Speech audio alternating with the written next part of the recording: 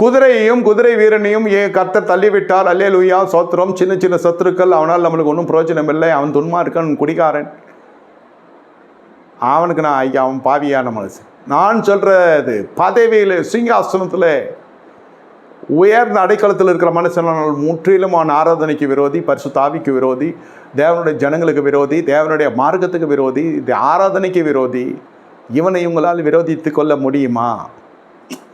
இவனுடைய ஐக்கியத்தும் உங்களுக்கு நெருங்கி இருந்தால் உங்களுக்கு எதிர்காலம் நல்லா இருக்கும். மாம்ச ரீதியான விஷயத்தில் விலகி வர முடியுமா? பார்வோனுடைய அவனுடைய சேனையையும் ரதங்களையும் சேனைகளையும் சமுதிரத்தை தள்ளிவிட்டார், அமிழ்ந்து போனார்கள் என்று சொல்ல முடியுமா? உங்கள் வாழ்க்கையில் ஆழம் ஆழம்.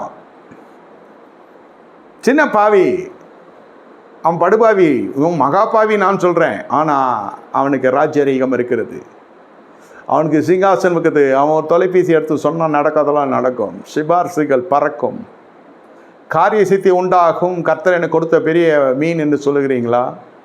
இல்லை இந்த துன்மார்க்கனையும் நான் அழித்தே தீர்வேன் என்று சொல்லுகிறீர்களா? நான் இந்த லோகத்துக்குரியவன் அல்ல, நான் பரலோகவாசி என்று சொல்லுகிறீர்களா? இல்லை என் பிள்ளைகள் எல்லாம் படித்து கொண்டிருக்கிறார்கள், அவர்களுக்கு திருமணமாகவில்லை, அவர்களுக்கு இவன் மூலம் ஒரு நல்ல எதிர்காலம் உண்டாகும் என்று சொல்லுகிறீர்களா? உங்கள் வசத்தில் தான் விடுறது. ஆழம் என்றால் சாதாரண ஆழம் இல்லை, இதெல்லாம் ஆழம்.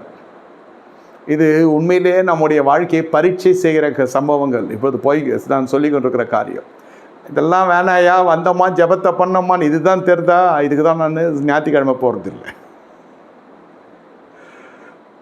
அவர் வருவார், ஜபம் பண்ணுவார், எங்கள் பாத்திரம் நிரம்பி வழியும். இது போதும்.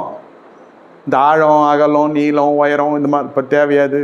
இதுக்குள்ளெல்லாம் போனால் எவ்வளோ நாம் பே பண்ண வேண்டியது வருது பார். காசு இல்லை, தெரியாத வரைக்கும் தெரியாதுனாலும் சொல்லலாம். தெரிஞ்சால் அப்போ நம்ம கீழ்ப்படலாம், நம்மள மேலே ஒரு குற்ற மனசாட்சி வரும்.